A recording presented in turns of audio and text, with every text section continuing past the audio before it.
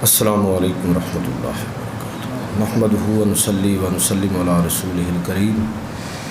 اما بعد فاعوذ باللہ من الشیطان الرجیم، بسم اللہ الرحمن الرحیم۔ ولا تقولوا لمن یقتل فی سبیل اللہ اموات بل احیاء ولکن لا تشعرون۔ صدق اللہ مولانا العظیم و صدق رسولہ النبی الکریم الامین، ونحن علی ذلک من الشاہدین والشاکرین والحمد للہ رب العالمین۔ قال اللہ تبارک و تعالی فی شان حبیبہ مخبرا وعامرا، ان اللہ و ملائکتہ یصلون علی النبی یا ایھا الذین آمنوا صلوا علیہ وسلموا تسلیما۔ الصلاۃ والسلام علیک یا رسول اللہ وعلی آلک واصحابک وسلم یا حبیب اللہ۔ الصلاۃ والسلام علیک یا رسول اللہ وعلی آلک واصحابک وسلم یا نبی اللہ۔ انتہائی واجب الاحترام سامعین و حاضرین، آج کے خطبہ جمعۃ المبارک میں جس موضوع پر چند باتیں آپ احباب کے گوش گزار کرنا چاہوں گا، وہ اس کی ایک مناسبت تو یوم دفاع پاکستان کے ساتھ ہے، کشمیر کے ساتھ ہے، اور پھر محرم الحرام کے حوالے سے خاص امام حسین امام علی مقام رضی اللہ تعالیٰ عنہ کی جو قربانی ہے اس سے بھی اس موضوع کا تعلق ہے۔ بالخصوص حکومت پاکستان نے جو اعلان کیا کہ ہر سطح پر آج کا دن جو ہے وہ اہل کشمیر کے ساتھ یکجہتی کے طور پر منایا جائے، کہ 6 سپٹمبر یہ بھی دفاع وطن کے لیے جو ہمارے جوانوں کی قربانیاں ہیں، ہمارے غازی اور شہید، آج کا دن ان کو خراج تحسین پیش کرنے کا دن ہے۔ 6 سپٹمبر 1965 جب انڈیا نے پاکستان پر حملہ کیا اور پاکستان نے اپنا بھرپور دفاع کیا، اور پھر اللہ تعالیٰ نے پاکستانی افواج کو اور پاکستانی قوم کو عزت اور افتخار سے اس معرکے کے اندر کامیاب و کامران فرمایا۔ تو یہ دن جو ہے قومیں اپنی تاریخ اور خاص طور پر روشن تاریخ اس کو ہمیشہ یاد رکھتی ہے، اور تاریخ کے وہ پنے جن میں قوموں کے لیے کوئی ذلت کا ایسا واقعہ پیش آ گیا، وہ بھی یاد رکھنے والی چیز ہوتی ہے، کہ اس سے آدمی سیکھتا ہے، قومیں سیکھتی ہیں کہ کیا غلطیاں ہم سے ہوئیں جن کی وجہ سے اللہ کی رحمت ہم سے روٹھی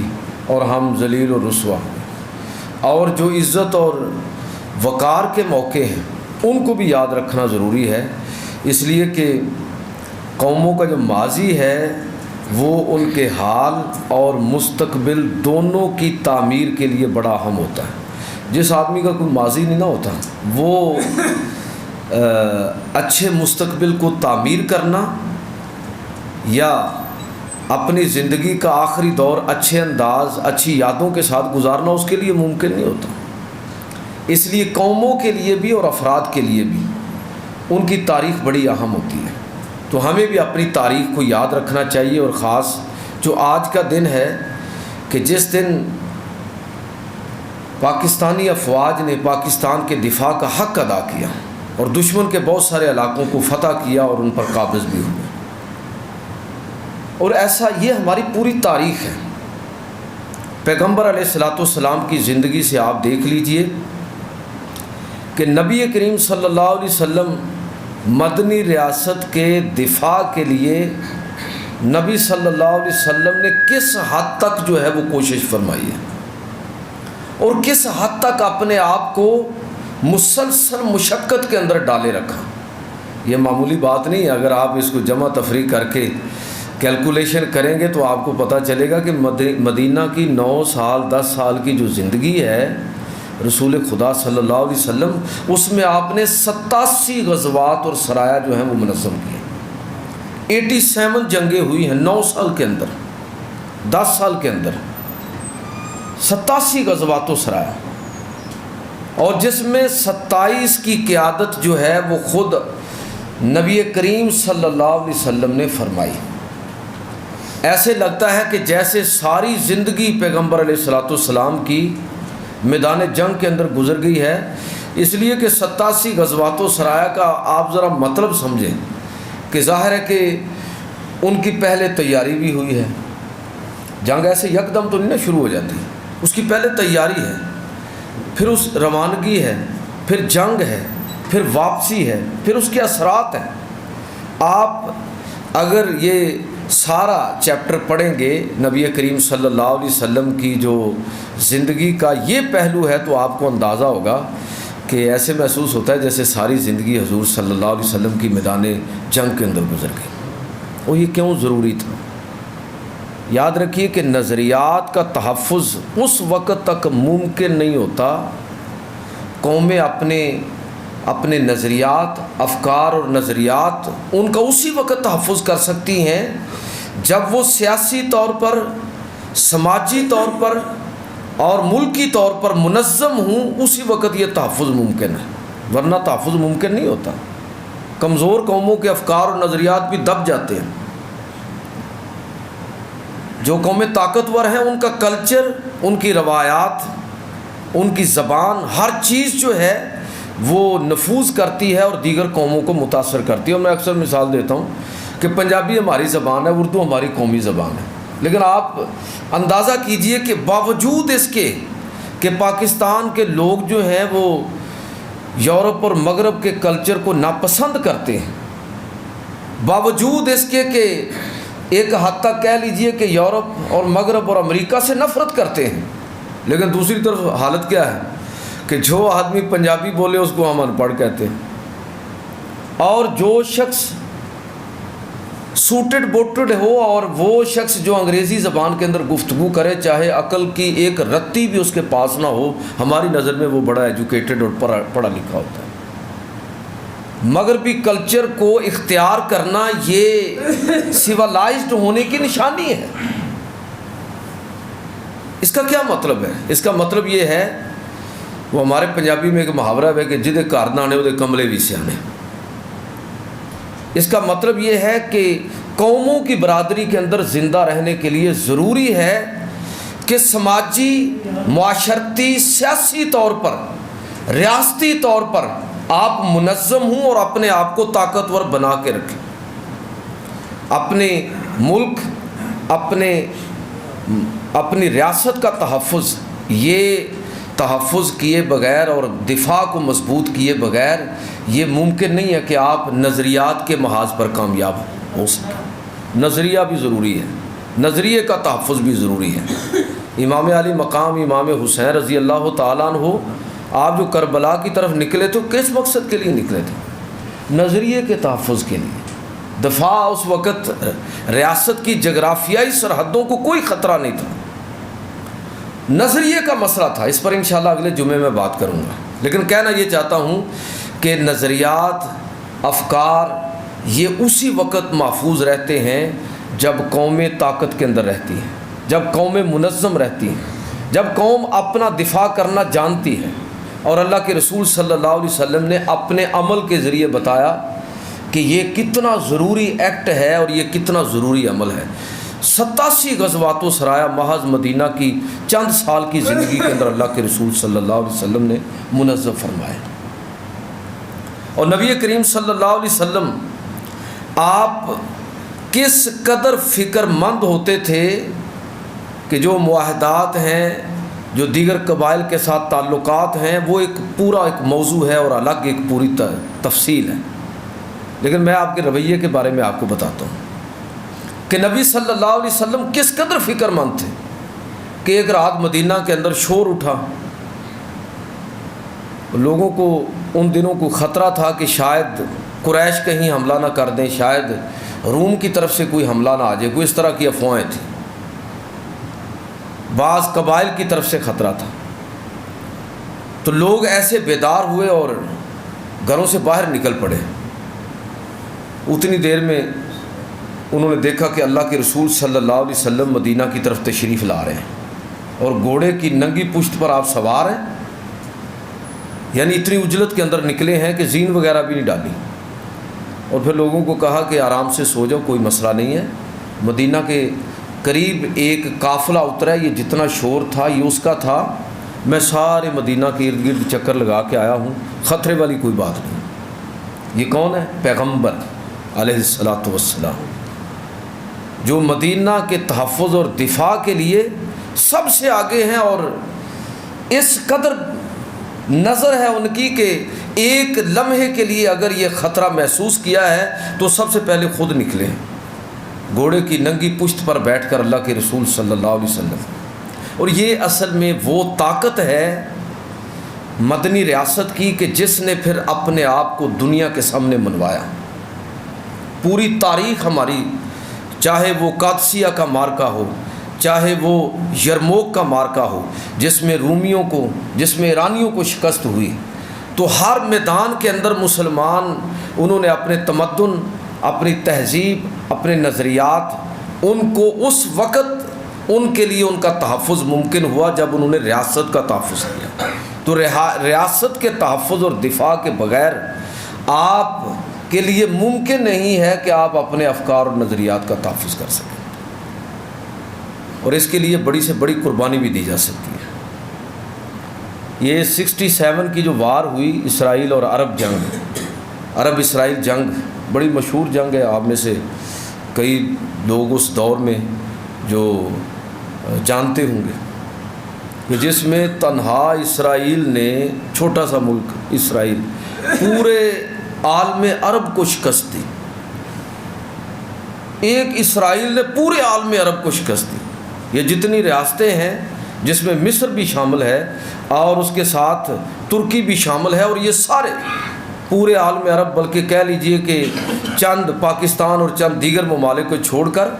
باقی سارے کا سارا عالم عرب مد مقابلہ، اور اسرائیل نے سب کچھ شکست دے دی۔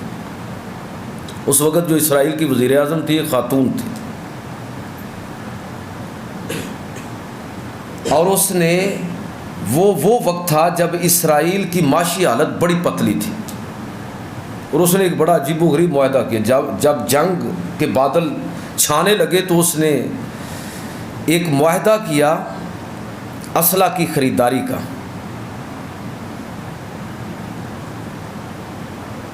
اور وہ اتنی مہنگی ڈیل تھی کہ اس کی پوری کابینہ نے اس کو ریجیکٹ کر دیا۔ لیکن اس نے پھر ان کابینہ کے سامنے پورا لیکچر دیا اور کہا کہ ہمیں یہ ڈیل ہر حوالے سے کرنی ہے، اس لیے کہ لوگوں نے کہا نا، کابینہ کے وزراء نے کہا کہ اگر یہ ڈیل ہم نے کر لی، یہ تو اتنی مہنگی ہے،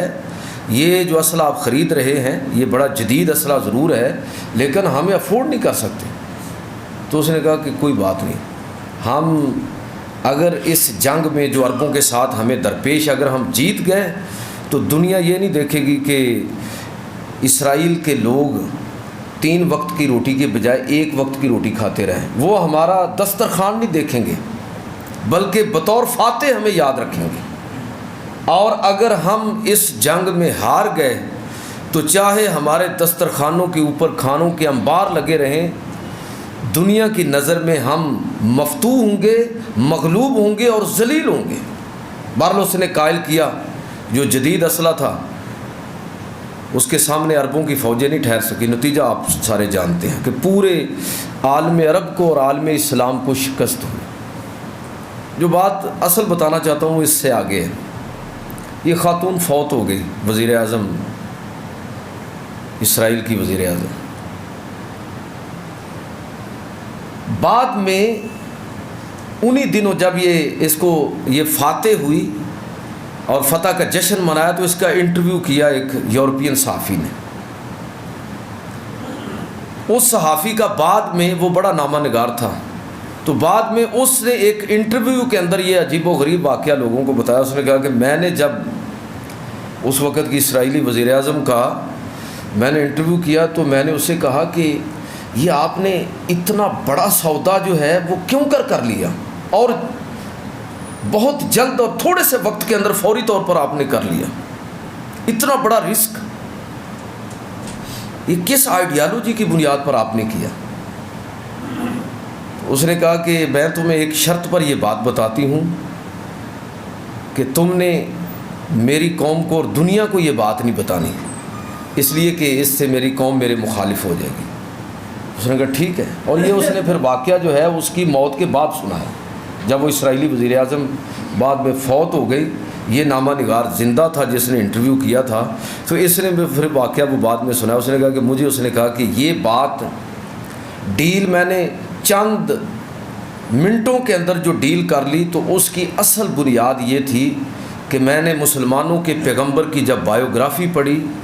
تو اس میں میں نے جب یہ چیز پڑھی کہ جب مسلمانوں کا پیغمبر فوت ہوا تو اس کے گھر میں کھانے کے لیے کوئی چیز میسر نہیں تھی، لیکن دیوار کے ساتھ 9 تلواریں لٹک رہی تھیں۔ تو مجھے یہ بات سمجھ آئی کہ مسلمانوں نے پوری دنیا پر جو غلبہ حاصل کیا ہے، تو معیشت چاہے ان کی کتنی بھی کمزور کیوں نہ رہی ہو، اور ان کی حالت اس قدر کمزور رہی ہو کہ ان کے پیغمبر کے انتقال کے وقت گھر میں کھانے کے لیے کچھ نہیں تھا، لیکن انہوں نے اپنی جنگی تیاریاں جو ہیں اس کے اندر کبھی کمی نہیں آنے دی۔ تو میں نے یہ سبق جو ہے یہ مسلمانوں کے پیغمبر سے سیکھا، لیکن تمہیں یہ اجازت نہیں ہے کہ لوگوں کے سامنے اس کو بیان کرو۔ پھر وہ فوت ہو گئی تو اس کے بعد اس نامہ نگار نے یہ بات بتائی کہ چونکہ اب وہ فوت ہو چکی ہے، اس کا انتقال ہو گیا، لہٰذا اب میں یہ بات بتا رہا ہوں کہ یہ جو اسلحے کی اتنی بڑی ڈیل اس نے کی اور اس کے نتیجے میں اس نے پورے عالم عرب کو شکست دی، تو یہ چیز اس نے مسلمانوں کے پیغمبر سے سیکھی تھی۔ میں کہنا یہ چاہتا ہوں کہ دفاع وطن، ریاست کا دفاع اتنا اہم ہے کہ اس کے لیے قوم اگر کوئی بھی قربانی دے تو وہ قربانی اس آزادی کے مقابلے میں بہت کم ہے۔ آپ ان قوموں کا حال ذرا دیکھیے کہ جن کو آزادی کی نعمت میسر نہیں ہے، اور پھر ان قوموں پر کیا بیت رہی ہے اور کیا گزر رہی ہے۔ یقین جانیے کہ عزت نفس ختم ہو جاتی ہے۔ پاکستان سے زیادہ مسلمان ہندوستان کے اندر موجود ہیں، لگ بھگ 25 کروڑ کے قریب، لیکن ہندوستان کے مسلمان کہاں آپ کو نظر آتے ہیں؟ غلامی کے اندر قوموں کے مزاج، ان کی نفسیات جس طرح ڈیمیج ہوتی ہے، بلکہ ختم ہو جاتی ہے کہ اس کا تصور ہی کیا جا سکتا ہے۔ یہ غلام قوموں کو آپ دیکھیے اس وقت بھی دنیا کے اندر، جبکہ بڑی اویئرنیس ہے، اور آپ کے سامنے یہ کشمیر کی مثال ہے کہ آزادی کے مقابلے میں چاہے کتنی خوشحالی کیوں نہ ہو، آپ کے کتنے کاروبار کیوں نہ ہوں، لیکن جب آپ کو آزادی میسر نہیں ہے تو کوئی چیز اس کے مقابلے میں کوئی حیثیت نہیں رکھتی۔ کہ 32-33 دن کے لاک ڈاؤن کے بعد بھی ابھی تک لوگوں کو زندہ رہنے کا حق نہیں دیا جا رہا۔ پیغمبر علیہ الصلوۃ والسلام نے اپنی سیرت سے اور عملی کردار سے یہ ثابت کیا کہ وطن کے دفاع کے لیے اگر تمہیں بھوک اور پیاس بھی برداشت کرنی پڑے اور کوئی بڑی سے بڑی قربانی بھی دینی پڑے، تو آزادی سے بڑی کوئی نعمت نہیں ہے۔ آزادی اللہ تبارک و تعالیٰ کا بہت بڑا فضل اور کرم ہے، اور میں عرض کروں گا کہ پاکستان، اہل پاکستان کے لیے ہی نہیں، کشمیر کے لیے نہیں، بلکہ دنیا کے لیے، مسلمانوں کے لیے ایک اللہ کی رحمت اور نعمت ہے۔ یہ کب ہوگا؟ جب پاکستان مضبوط ہوگا اور یہاں کے لوگ اپنی اس اہمیت کو سمجھیں گے۔ اور پیغمبر علیہ الصلوۃ والسلام کی زندگی سے ایک اور بڑا سبق بھی ہمیں ملتا ہے کہ آپ دفاع وطن کے اندر ساری قوم کو شامل کریں، ہر طبقے کے لوگ کو شامل کریں، لوگوں کے اندر یہ شعور بیدار کریں کہ ہر شخص وطن کے تحفظ کا، اس کے دفاع کا اور اس کی ترقی کا ضامن ہے، اور ہر شخص کے ذمہ یہ کام ہے۔ یہ کسی ایک طبقے کا کام نہیں ہے، نہ دفاع نہ ترقی، اس کے اندر سارے لوگ اپنا حصہ ڈالیں گے۔ اور اس لحاظ سے آپ دیکھیں تو اس میں کوئی تخصیص نہیں ہے کہ مسلمان ہو یا غیر مسلم، غیر مسلم بھی ہمارا ہیرو ہو سکتا ہے۔ دفاع وطن میں غیر مسلم بھی ہمارا ہیرو ہو سکتا ہے، وہ ہمارا مذہبی ہیرو نہیں ہوگا نا، قومی ہیرو تو ہو سکتا ہے کہ نہیں ہو سکتا۔ آپ ایم اے عالم کا نام لیتے ہیں نا،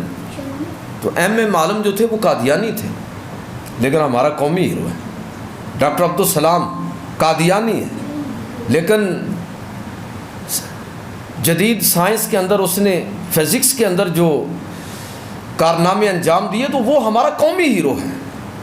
وطن کی ترقی اور وطن کی عزت کے اندر جو شخص بھی حصے دار ہے وہ ہمارے لیے قابل کے تناظر میں نہیں دیکھنا چاہیے کہ یہ مسلمان ہے یہ میں غیر مسلم. ہم تو اتنا چھوٹا جا کے سوچتے ہیں کہ اپنے اپنے مسلک کے اعتبار سے سوچنا شروع کر دیتے ہیں. اللہ تعالیٰ معاف فرمائے. جو قومیں اس طرح تقسیم ہوتی ہیں تو قوموں کی یونٹی جو ہے ان کا جو اتحاد اور اتفاق ہے, کیا یہ تاریخ نہیں؟ ہاشمی صاحب تشریف فرما ہے, یہ کیا تاریخ نہیں ہے کہ اللہ کے رسول صلی اللہ علیہ وسلم نے یہودیوں کے ساتھ دفاع وطن کا معاہدہ فرمایا. میثاق مدینہ کیا ہے کہ اگر مدینہ پر باہر سے حملہ ہوگا تو مسلمان اور یہودی مل کر مدینہ کا تحفظ کریں گے. اس سے بڑے سبق ملتے ہیں ہمیں. اللہ کے رسول صلی اللہ علیہ وسلم نے بدر کے میدان کے اندر جو کامیابی حاصل کی تو اس کے بعد سوسائٹی کی گروتھ کے لیے, انٹلیکچول گروتھ کے لیے نبی کریم صلی اللہ علیہ وسلم نے ان کافر قیدیوں سے مدد طلب فرمائی. آپ نے فرمایا کہ اگر تم ہمارے 10 بچوں کو کوئی ہنر سکھا دو, لکھنا پڑھنا سکھا دو, کوئی فن سکھا دو, کوئی ہنر سکھا دو تو تم آزاد ہو. میں عرض یہ کرنا چاہتا ہوں کہ یہ سوچ بھی ہمیں بدلنی چاہیے کہ صرف مسلمان نہیں غیر مسلم بھی ہمارا قومی ہیرو ہو سکتا ہے.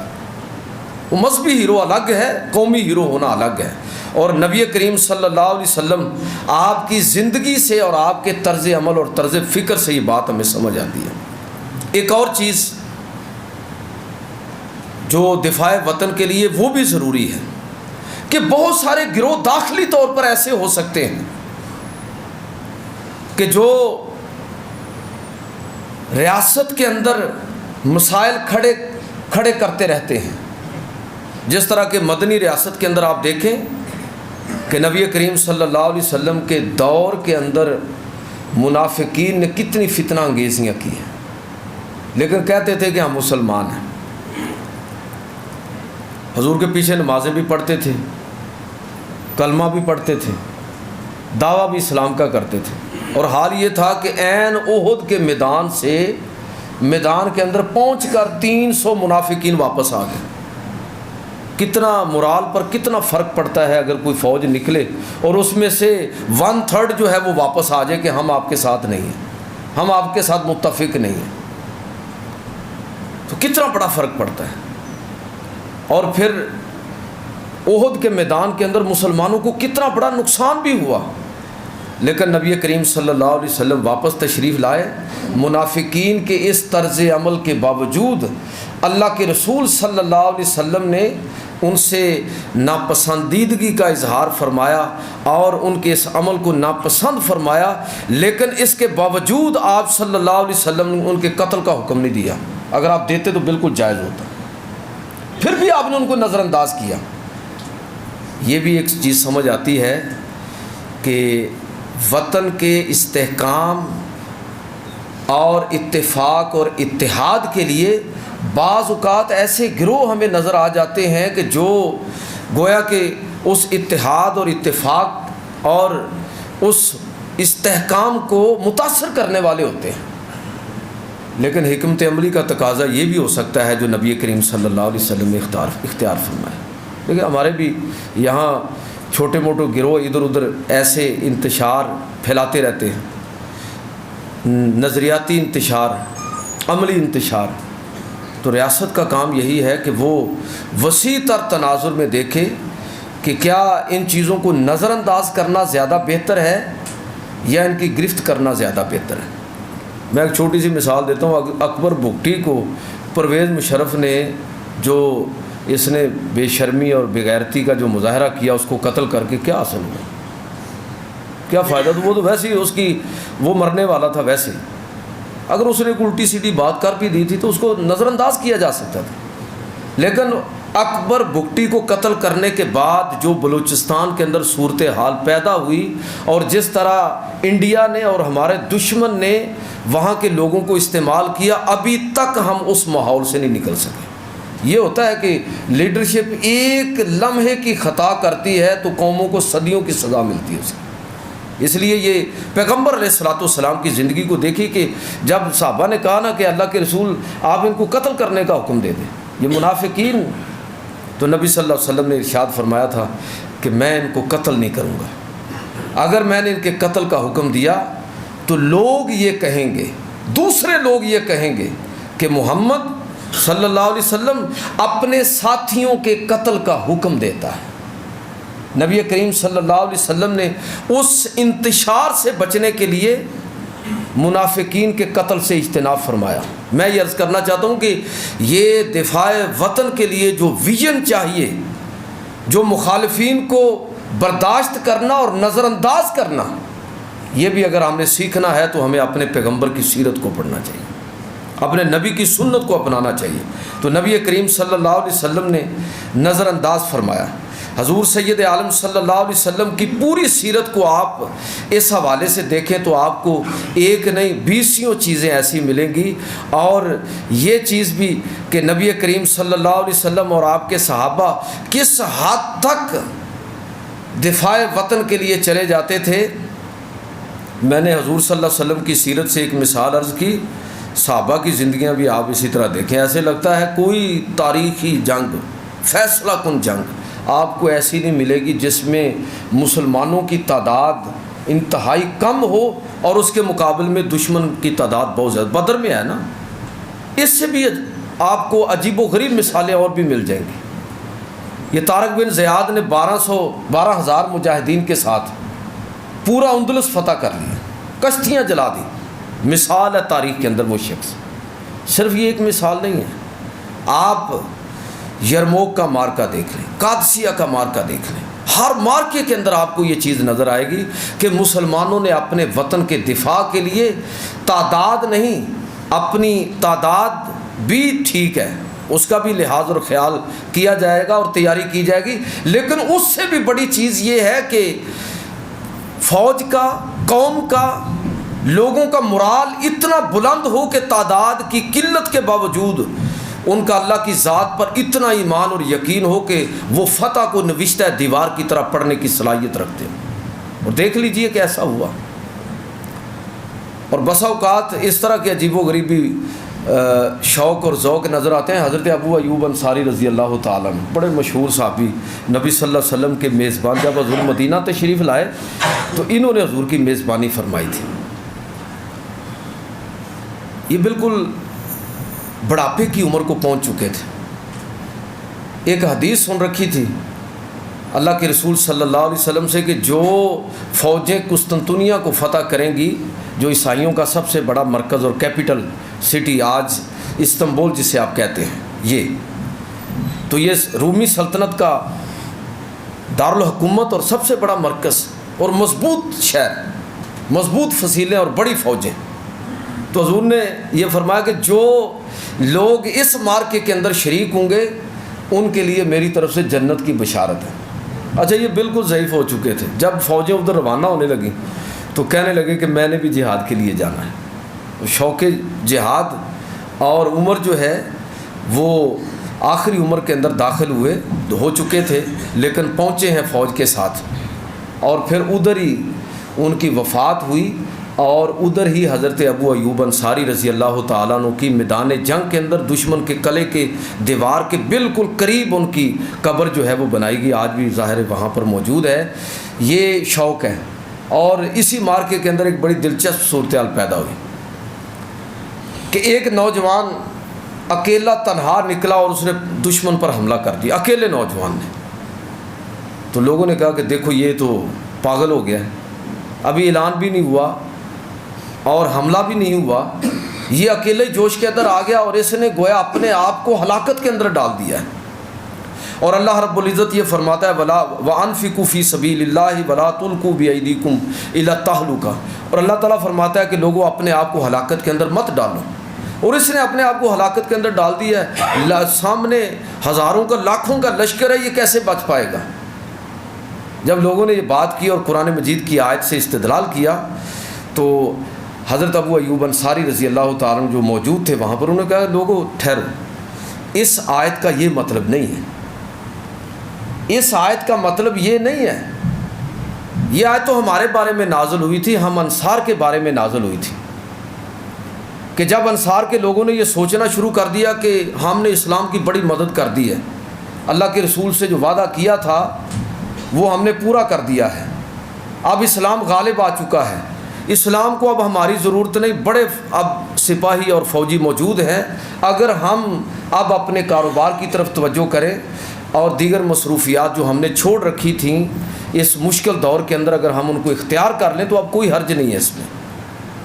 تو جب ہم نے یہ آپس میں مشورہ کیا انصار نے، تو اس وقت اللہ تعالیٰ نے یہ آیت نازل کی تھی کہ ان لوگوں سے کہیے کہ اللہ کو تمہارے مال کی بھی، تمہاری جانوں کی بھی، تمہاری صلاحیت کی بھی، ہر چیز کی اسی طرح ضرورت ہے۔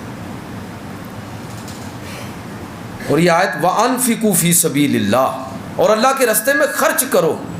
وَلَا تُلْقُوا بِأَيْدِيكُمْ إِلَى التَّهْلُكَةِ، اور یہ جو تم پہلے مال دولت صلاحیت ہر چیز صرف کرتے تھے اور اگر اب روک لو گے تو گویا کہ تم اپنے آپ کو ہلاکت کے اندر ڈال دو گے۔ حضرت ابو ایوب انصاری رضی اللہ تعالیٰ عنہ نے یہ استدلال کیا کہ لوگوں، یہ جو جوش کے ساتھ نکلا ہے تم اس کو یہ مت کہو کہ یہ خودکشی اس نے کر لی ہے، یہ خودکشی کر رہا ہے۔ یہ آیت ہمارے بارے میں نازل ہوئی تھی، لہٰذا گویا کہ آپ نے لوگوں کو بتایا کہ دشمن پر اگر کوئی جوش و خروش سے حملہ کر دے تو اگرچہ وہ اس نظم کے اعتبار سے تو درست نہیں ہے، لیکن تم اس کو کوئی حرام کی موت نہیں کہہ سکتے، یہ اس کے ایمانی طاقت کا اظہار ہے۔ جس طرح چونڈے کے محاذ کے اوپر لوگ تاریخ بیان کرتے ہیں، اور آپ میں سے جو دوست ادھر گئے ہیں، میں بھی گیا ہوں، تو وہ مقامات اور وہ جگہیں اور وہ آج بھی ان کے نشانات لگے ہوئے ہیں جہاں پر ہندوستان کی جو اتنا بڑا حملہ ہوا، جو کہا جاتا ہے کہ دوسری جنگ عظیم کے بعد یہ ٹینکوں کی سب سے بڑی جنگ تھی، اور جس کو روکنا جو ہے بظاہر ناممکن تھا۔ اور جس طرح یہ لوگ دعوے کرتے رہے ہیں کہ کبھی انہوں نے یہ دعویٰ کیا کہ 6 سپٹمبر کو آج کے دن کہ ہم ناشتہ جو ہے لاہور کے اندر کریں گے، اور کبھی یہ دعویٰ کیا کہ چونڈا کی طرف سے جو دشمن نے حملہ کیا ہے اس کے بارے میں انہوں نے دعویٰ یہ کیا کہ اس حملے کو روکنا پاکستان کے لیے ممکن ہی نہیں ہے، اس لیے کہ 300 سے زیادہ ٹینک اس مارکے کے اندر حصہ لے رہے ہیں۔ اور پھر تاریخ نے وہ بھی منظر دیکھا کہ کس طرح وہاں ہمارے فوجی جوان بھی اور کس طرح عام لوگ بھی اس کے اندر شریک ہوئے، اور انہوں نے اپنے جسم کے ساتھ بم باندھ کر جو ہے دشمن کے ٹینک اور ان کی گاڑیاں اڑائی ہیں۔ تو یہ خودکشی نہیں ہے۔ اگر کبھی وطن کے دفاع کے لیے ایسی صورتحال پیش آئے تو یہ قربانی بھی اللہ اور اللہ کے رسول کی بارگاہ میں گویا کہ معتبر ہے، اور صحابی رسول حضرت ابو ایوب انصاری رضی اللہ تعالیٰ عنہ کا جو میں نے استدلال پیش کیا وہ اس چیز کی دلیل ہے۔ میں عرض یہ کرنا چاہتا ہوں کہ دفاع وطن وہ عظیم فریضہ ہے کہ جس کے لیے بڑی سے بڑی قربانی دی جا سکتی ہے، اس لیے کہ سب نعمتوں سے بڑی نعمت آزادی ہے۔ آپ غلام قوموں سے پوچھئے کہ غلامی کیا ہے اور آزادی کیا ہے، فرق کیا ہے غلامی اور آزادی کے اندر۔ آپ کی خوشحالی، آپ کی ترقی اور آپ کا جو بظاہر آپ کو اپنا وقار اور مرتبہ نظر آتا ہے، جب غلامی کے سائے پڑتے ہیں تو کس طرح ہر چیز جو ہے وہ تلپٹ ہو جاتی ہے اور ختم ہو جاتی ہے، کوئی حیثیت نہیں رہتی۔ کشمیریوں سے پوچھئے اور دیگر قوموں سے پوچھئے کہ کیا فرق ہے آزادی اور غلامی میں۔ میں اپنی گفتگو کے آخری حصے میں چند باتیں اس حوالے سے عرض کرنا چاہتا ہوں کہ حضرت قائد اعظم رحمۃ اللہ تعالیٰ علیہ نے دفاع وطن کے لیے جو اصول دیے اور جو ماٹو اس قوم کا قرار دیا اس کو بھی پروموٹ کرنے کی ضرورت ہے۔ قائد اعظم رحمۃ اللہ تعالیٰ علیہ نے 3 چیزیں فرمائیں: اتحاد یونٹی، ایمان فیتھ، اور تنظیم ڈسپلن۔ انہوں نے کہا کہ اگر 3 چیزیں یہ ہمارے پاکستان کے لوگ اور پاکستانی قوم اگر ان کو اختیار کر لے تو یہ دفاع وطن کی بنیاد بن سکتی ہے، کہ اگر ان کے اندر اتحاد ہو جائے۔ اور میں یہ بات کھل کے کہا کرتا ہوں کہ خدا کے لیے ایسے صحافیوں کی، اینکرز کی، انٹلیکچوئلز کی، علماء کی، ایسے اساتذہ کی اور ایسے مبلغین کی بات سننے سے انکار کر دیں جو ملت کے انتشار اور افتراق کی بات کرتا ہے۔ میں تو مسلک سے آگے اٹھ کر بات کیا کرتا ہوں، مسلک سے آگے اٹھ کر مذہب کی بات کرتا ہوں کہ ہمیں اپنے مذہب پر فخر ہے، ہم اس پر اللہ کا شکر ادا کرتے ہیں، لیکن اسی مذہب نے ہمیں یہ تعلیم بھی دی ہے کہ اگر کوئی دوسرے مذہب کا ماننے والا ہو اور تمہارے معاشرے کے اندر موجود ہو، تمہارے درمیان موجود ہو، تو تمہارا رویہ اس کے ساتھ ایسا ہونا چاہیے کہ یہ اس کا پورا حق تسلیم کرو، اس کی آزادی کا، اس کی رائے کا، اور اس کے افکار اور نظریات جو بھی وہ رکھتا ہے اس کا پورا تمہیں پاس اور لحاظ اور خیال رکھنا چاہیے۔ سماجی سطح پر یہ ناممکن ہے کہ کسی ملک کے اندر 100% مسلمان ہوں، دوسری قومیں بھی ہو سکتی ہیں، یہ ہمیں پیغمبر علیہ الصلوۃ والسلام نے یہ تعلیم دی۔ حضرت قائد اعظم رحمۃ اللہ تعالیٰ علیہ کی یہ تینوں باتیں سیرت سے ماخوذ میں سمجھتا ہوں کہ اتحاد یہ بنیاد ہے۔ اگر ہم دوسری قوموں کے لوگوں سے اچھا سلوک نہیں کریں گے تو یقین جانیے کہ اس کے نتیجے کیا ہوگا۔ فرانسس آباد، مریم آباد، جوزف کالونیاں وجود کے اندر آئے گی، آپ کی بات سننے والا کوئی نہیں رہے گا۔ ہمارے نبی کی تعلیم کیا ہے کہ تمہارے پڑوس میں کوئی یہودی بھی ہو سکتا ہے، کوئی عیسائی بھی ہو سکتا ہے، کوئی دوسرے مذہب کا رہنے والا بھی ہو سکتا ہے۔ سماجی سطح پر تمہیں ان کے ساتھ پیار اور محبت کے ساتھ رہنا ہے۔ میں نے پہلے بات کر دی کہ مذہبی ہیرو اور ہونا ہے، مذہبی ہیرو ہونا ایک اور بات ہے، قومی ہیرو ہونا ایک اور بات ہے۔ غیر مسلم بھی قومی ہیرو ہو سکتا ہے، وہ مذہبی ہیرو نہیں ہے۔ تو دیگر قوموں کے ساتھ، اور اگر وہ قوم جس کو یہ تعلیم دی گئی ہے وہ فرقوں کے اندر اس طرح بٹ جائے تو پھر آپ اندازہ فرمائیے کہ دشمن کو ہمارے خلاف کوئی جنگ کرنے کی ضرورت نہیں ہے، ہم اپنے آپ کو تباہ کرنے کے لیے خود ہی کافی ہوں گے اگر ہم ان تعلیمات کو نظر انداز کرتے ہیں۔ ایک ہوں مسلم حرم کی پاسبانی کے لیے، نیل کے ساحل سے تا بخاک کے کاشفا۔ اقبال نے اتنی بڑی بات کی کہ پوری دنیا کے مسلمانوں کا اتحاد اور اتفاق۔ اور علامہ حضرت قائد اعظم رحمۃ اللہ تعالی نے پہلی بات یہ فرمائی کہ یونٹی اس وطن کے دفاع کی بنیاد جن 3 بنیادی اصولوں پر ہے ان میں سے ایک اتحاد ہے، اور دوسری انہوں نے فرمائی کہ وہ ایمان، پختہ ایمان، یقین کامل، خدائے لم یزل کا دست قدرت تو زباں تو ہے، یقین پیدا کرے غافل کے مغلوب گماں تو ہے۔ ہمیں خود اپنی قدر نہیں ہے، ہم اپنی اہمیت کو خود نہیں سمجھتے کہ اللہ رب العزت کا اس دین اور ایمان کے نتیجے میں کتنا بڑا فضل ہمارے اوپر ہے، اور اس ایمان اور یقین کے نتیجے میں جو ہمارا رویہ ہونا چاہیے آپس میں ایک دوسرے کے ساتھ، دیگر قوموں کے ساتھ ڈائیلاگ کرتے ہوئے، جب ایمان اور یقین اس درجے کا نہیں ہوگا تو پھر کیسے بات کی جا سکے گی، کیسے جرت؟ ایمانی طاقت اور جرت بڑی ضروری ہے، اسے آپ مورال کہہ لیجیے آج کے دور میں، یقین محکم، اس کے بغیر ممکن نہیں ہے وطن کا دفاع اور قوم کا عروج اور ترقی ممکن نہیں ہے۔ تیسری بات جو علامہ حضرت قائد اعظم رحمۃ اللہ تعالیٰ نے فرمائی وہ ہے ڈسپلن، نظم و ضبط۔ یہ قوم بھیڑ کی طرح نہیں ہونی چاہیے، ڈسپلن، نظم و ضبط یہ لازم ہے، ضروری ہے۔ ٹائم نہیں ہے ورنہ میں آپ کو کئی واقعات سناتا کہ قائد اعظم رحمۃ اللہ تعالیٰ علیہ نے خود عملی طور پر ڈسپلن کی کیسی مثالیں پیش فرمائی، اور ہمارا مذہب اور دین جتنا عقیدے کے طور پر ڈسپلن اسلام نے سکھایا ہے دنیا کی کسی تہذیب اور کسی مذہب نے نہیں سکھایا۔ میں بطور عقیدہ کہہ رہا ہوں، آپ سمجھیے کہ جب بطور عقیدہ آپ کوئی چیز سیکھتے ہیں تو آپ کا انداز اور ہونا چاہیے، اور ایک ویسے ایک قانون کے طور پر آپ چیز کو اختیار کرتے ہیں تو وہ چیز اور ہونی چاہیے۔ قانون کے طور پر جب اختیار کرتے ہیں تو ٹھیک ہے، وہ ریاستی نظم کے تحت بہت اچھا ہے، لیکن اگر وہی عمل آپ بطور عقیدے کے کریں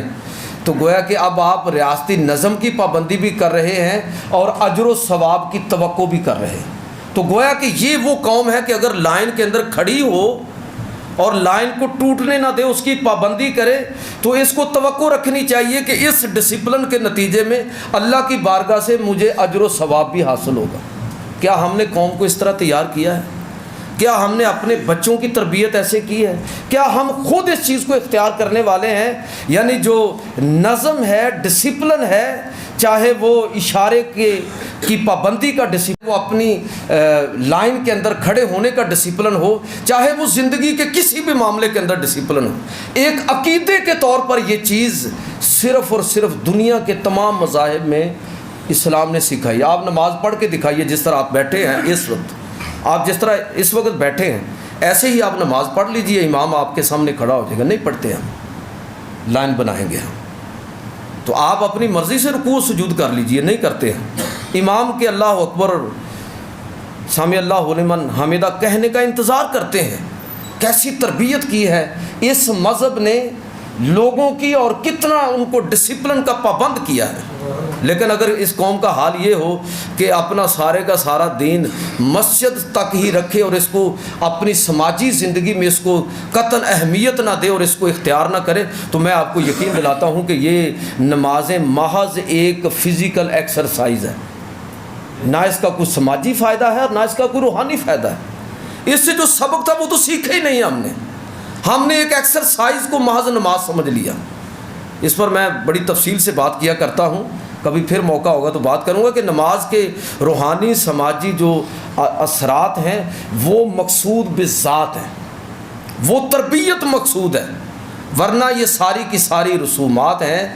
گفتگو کے آخر میں یہ کہوں گا کہ وطن کا جو دفاع ہے یہ ہمارے ایمان کا تقاضا ہے، ہمارے پیغمبر علیہ الصلاۃ والسلام کی تعلیمات کا نتیجہ ہے۔ مضبوط پاکستان اور مضبوط دفاع یہی قوموں کو عزت اور افتخار سے نوازتا ہے، اور آزادی کے لیے بڑی سے بڑی قربانی بھی دی جا سکتی ہے، اور زندہ قومیں اس کے لیے اپنے آپ کو ہمیشہ تیار رکھتی ہیں۔ اللہ تعالی ہمیں اپنے وطن کی قدر کرنے کی توفیق عطا فرمائے۔